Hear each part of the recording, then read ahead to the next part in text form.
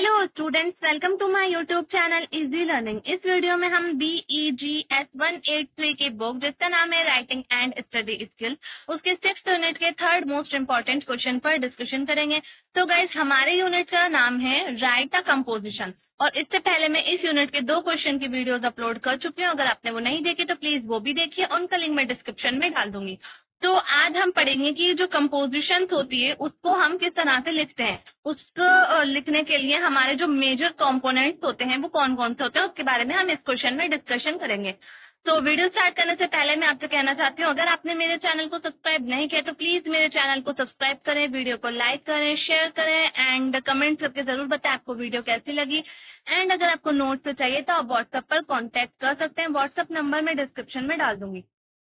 तो चलिए video start करते हैं। हमारा थर्ड क्वेश्चन है, what are the factors to be keep in mind before writing your composition. Composition लिखने से पहले ऐसे कौन से फैक्टर्स होते हैं जो कि किसी भी राइटर के माइंड में होने चाहिए। तो इसमें हम देखेंगे 3 फैक्टर्स होते हैं, फैक्टर्स या फिर कंपोनेंट्स हम इन्हें बोल सकते हैं, मेजर कंपोनेंट्स। तो 3 कंपोनेंट्स होते हैं जिसके बारे में हम एक एक करके डिस्कस करेंगे। So to understand how a composition is written, you will need to study its major components. 3 major components होते हैं कंपोजिशन से लिखने के पहले, जो कि हमारे माइंड में होने चाहिए या फिर हमें उनके स्टडी करने की जरूरत पड़ती है। तो पहला कंपोनेंट है द बिगनिंग। कोई भी कंपोजिशन लिखना है हमें उसमें पहले बिगनिंग के बारे में सोचना चाहिए कि हमारा जो बिगनिंग पैराग्राफ होगा उसमें हम किस तरह से क्या क्या लिखेंगे। तो ये हमारा टॉपिक से रिलेटेड भी हो जाता है। बिगनिंग पैराग्राफ में टॉपिक के बारे में थोड़ा बहुत बताएंगे। फिर सेकंड है द बॉडी। तो ये बॉडी पैराग्राफ होता है जिसके बारे में अभी हम आगे देखेंगे। थर्ड पैराग्राफ होगा हमारा the conclusion. Give your few guidelines for choosing a proper title of your composition.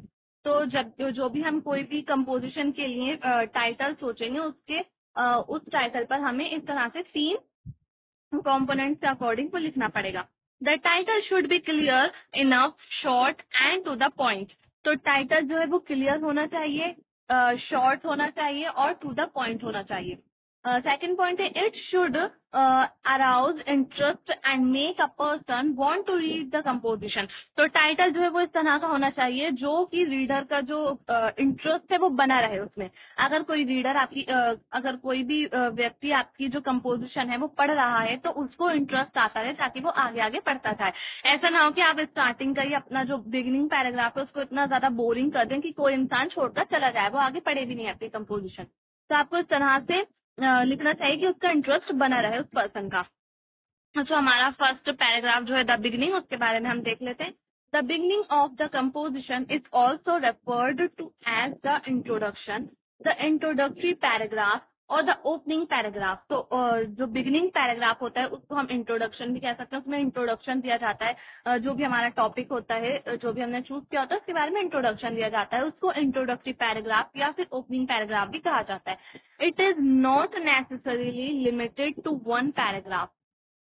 It can also be 1 sentences or 2 और 3 sentences depending। तो ये जो पैराग्राफ होता है ऐसा नहीं होना चाहिए कि तो काफी ज्यादा बड़ा हो, इसमें जो है 1, 2 और 3 sentences होने चाहिए।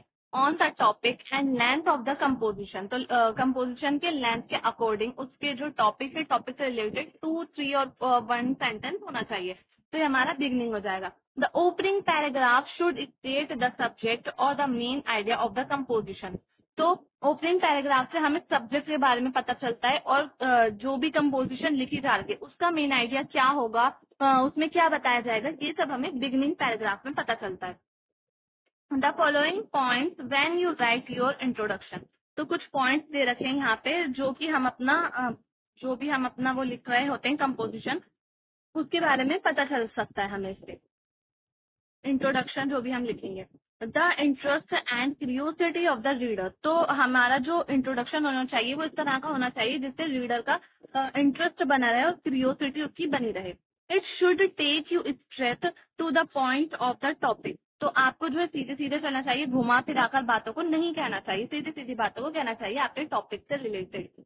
Beginning your composition with a short, factual sentences which will make the reader think about it and want to read more.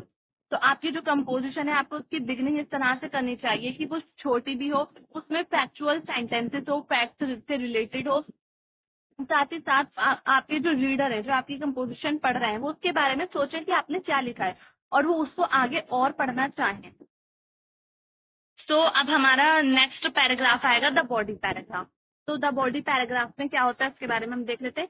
Your opening paragraph has aroused the interest and curiosity of the reader. जब आपका opening paragraph अच्छा होगा, काफी interested होगा, जो readers होंगे आपके, उनको क्यूरियोसिटी बनी रहेगी आपकी कंपोजिशन में, तभी वो बॉडी पैराग्राफ पर आएंगे। अगर उनका इंटरेस्ट खत्म हो जाता है ओपनिंग पैराग्राफ से ही, तो वो बॉडी पैराग्राफ पे आएंगे ही नहीं, उसको वहीं पर ही क्विट कर देंगे। So now you have to tackle the body of the composition. जब आपके जो भी, अगर आपके रीडर्स को इंटरेस्ट बना रहेगा तो वो आपकी नेक्स्ट बॉडी जो पैराग्राफ होगा उस पर आएगा आपकी कंपोजिशन पर।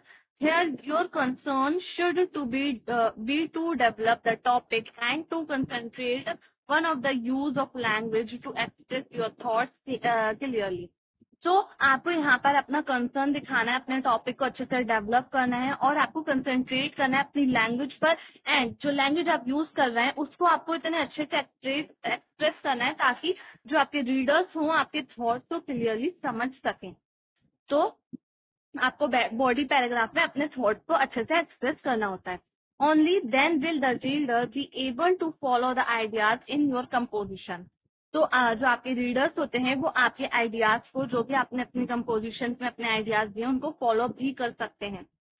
Eight the pre writing stage you have read how to group your ideas and write an outline. तो जब भी आप प्री राइटिंग स्टेज होते हैं, अगर आपको अपनी कंपोजिशन इंटरेस्टिंग बनानी है तो आप उसके लिए क्या कर सकते हैं। आपकी प्री राइटिंग स्टेज होती है, जो कि मैंने इससे पहले वाली वीडियो में बताया था कौन कौन सी स्टेज होती है। आपको कंपोजिशन लिखने से पहले लेकिन कौन कौन से पॉइंट्स होते हैं जो कि आपको अपने माइंड में रखने होते हैं, तो ये मैंने इससे पहले वाली वीडियो में बताया था। यही क्वेश्चन था, इसकी सेकंड क्वेश्चन आपका जो था वो यही था कि कौन कौन से पॉइंट्स होते हैं जो कि हमें कंपोजिशन लिखने से पहले अपने माइंड में रखने चाहिए। अगर आपने वो वीडियो नहीं देखी तो प्लीज वो भी देखिए। तो हमें प्री राइटिंग स्टेज में जो है देखना चाहिए, देखना चाहिए कि आपकी कंपोजिशन इंटरेस्टिंग कैसे बन रही है, ताकि आप उसको रीड कर सको और कैसे आप अपने जो आइडियाज हैं उनको एक तरह से कंपोजिशन का रूप दे सकें, ताकि जो राइटर है वो आपकी मतलब आपकी जो आउटलाइन है उसको अच्छे से पढ़ना चाहिए। How to use language to make your ideas lucid. तो आपको ये पता होना चाहिए कि आप किस तरह की लैंग्वेज को यूज करेंगे ताकि जो आपके रीडर्स हैं वो आपके आइडियाज को अच्छे से समझ सकें। So you can do it in 2 ways. इसको हम 2 तरह से चूज कर सकते हैं। तो फर्स्ट पॉइंट है इसमें to use sign post, phrases और words which enable the reader to follow the writer's thinking. आपको ऐसे वर्ड्स और ऐसे फ्रेजेस का यूज करना चाहिए जो कि आपके रीडर को मतलब जो कि आपके रीडर को फॉलो करने के लिए मजबूर कर दें, आपने जो भी लिखा है उसको फॉलो करने के लिए मजबूर कर दें। जैसे कि इंट्रोडक्शन पैराग्राफ आप इस तरह के फ्रेजेस और वर्ड्स यूज करेंगे ताकि जो आपके रीडर्स हैं वो बॉडी पैराग्राफ पर भी आए। तो हमें इस तरह के साइन पोस्ट या फिर फ्रेजेस और वर्ड्स का यूज करना चाहिए। सेकेंड है to use inter paragraph transition, words और phrases which tie the beginning of a new paragraph to the one that goes before it. तो आपको जो है ऐसे वर्ड्स और ऐसे फ्रेजेस को यूज करना चाहिए जो आपके बॉडी पैराग्राफ जो है, आपका बॉडी पैराग्राफ बिगिनिंग पैराग्राफ से टाई रहे, बंधा हुआ रहे। इस तरह के आपको फ्रेजेस और वर्ड्स यूज करने चाहिए। फॉर एग्जाम्पल के लिए इसमें दे रखा है रिपीटेशन। तो रिपीटेशन आप कर सकते हैं, आपने जैसे कि फर्स्ट पैराग्राफ में, बिगिनिंग पैराग्राफ में या फिर इंट्रोडक्शन पैराग्राफ में कुछ लिखा है तो उससे रिलेटेड आप बॉडी पैराग्राफ में भी लिखें। फर्स्ट पॉइंट है इसमें repetition. At beginning of a new paragraph pick up a key words और phrases occurring at the end of the preceding paragraph. तो आपको कुछ ऐसे वर्ड्स होते हैं, कुछ ऐसे फ्रेजेस होते हैं, की वर्ड्स होते हैं जो कि आपने इंट्रोडक्शन पैराग्राफ में यूज किए हैं, तो वो आप बॉडी पैराग्राफ में भी यूज कर सकते हैं। सेकेंड है क्वेश्चन एंड आंसर ट्रांजिशन। तो आपने जो बॉडी पैराग्राफ लिख रहे हैं उसमें आपको क्वेश्चन और आंसर ट्रांजिशन का भी यूज करना चाहिए। The question comes at the end of one paragraph and the answer it is the first sentences of the next one. तो आपको ऐसा करना चाहिए कि जैसे फर्स्ट पैराग्राफ है उसमें आपने कोई क्वेश्चन पूछ लिया है, अब उसका जो आंसर होगा आप उसके नेक्स्ट पैराग्राफ में देंगे। तो इस तरह से जो रीडर्स होते हैं उनका इंटरेस्ट बना रहता है, वो क्वेश्चन का आंसर पढ़ने के लिए नेक्स्ट पैराग्राफ पर जरूर आएंगे। तो इस तरह के ट्रिक्स का आपको यूज करना चाहिए। यहाँ पर हमारा बॉडी पैराग्राफ जो फिनिश हो जाता है एंड देन लास्ट पैराग्राफ है हमारा द एंडिंग पैराग्राफ। तो एंडिंग हमें किस तरह से करनी चाहिए उसके बारे में हम देखते हैं। You have developed the topic through your composition and you have mentioned all you want to write and you feel now that the composition should end। तो आपका जो टॉपिक है, टॉपिक से रिलेटेड आपको लिखना चाहिए। अपने जो एंडिंग पैराग्राफ होता है, आप क्या चाहते हैं, आपने जो जो सोचा था आपने वो सब मेंशन कर दिया अपनी बॉडी में। अब आप उससे रिलेटेड क्या फील कर रहे हैं, जो भी आपने लिखा है अपने बॉडी पैराग्राफ में, उससे रिलेटेड आप जो भी फील कर रहे होते हैं वो आप एंडिंग पैराग्राफ में लिखते हैं अपनी कंपोजिशन में। वो आपके एंडिंग पैराग्राफ में जरूर होना चाहिए। तो you should and it properly with a concluding paragraph. तो आप अपनी फीलिंग्स, अपने इमोशंस जो है एंडिंग पैराग्राफ में लिख सकते हो, वहीं पर ही वो आपका कंक्लूजन भी हो सकता है और ये आपकी एक प्रॉपर एंडिंग होगी। Then you will read the ending of this composition. You will see that it is done by summarizing the discussion and stressing the theme of the composition। तो जब भी आप अपनी जो कंपोजिशन है उसका एंड कर रहे हो तो आप उसमें समराइजिंग या फिर डिस्कशन या फिर जो स्ट्रेसिंग होता है, स्ट्रेसिंग थीम होती है उसका भी यूज कर सकते हैं। When you write a concluding paragraph, do not start the concluding paragraph with phrases such as now I will conclude with, now I end up saying। तो ये बहुत ज्यादा इम्पोर्टेंट चीज है यहाँ पर।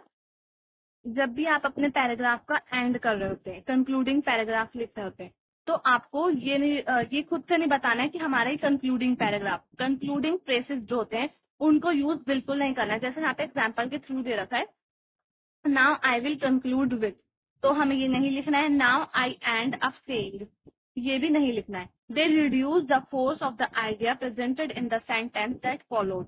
तो ये जो अगर हम ऐसे सेंटेंसेस का यूज करेंगे तो ये हमारे जो रीडर्स होंगे उनकी जो इंटरेस्ट होगा उसको खत्म कर देंगे पूरी तरह से। उनका जो पढ़ने का एक फोर्स होता है उसको रिड्यूस कर देंगे, वो हमें फॉलो नहीं करेंगे। तो इसलिए हमें ऐसे सेंटेंसेस का यूज नहीं करना चाहिए। तो गाइज ये जो टॉपिक है और ये यूनिट भी हमारा फिनिश हो चुका है। अगर आपको वीडियो पसंद आए तो प्लीज वीडियो को लाइक करें, शेयर करें एंड चैनल को सब्सक्राइब करना ना भूलें। थैंक्स।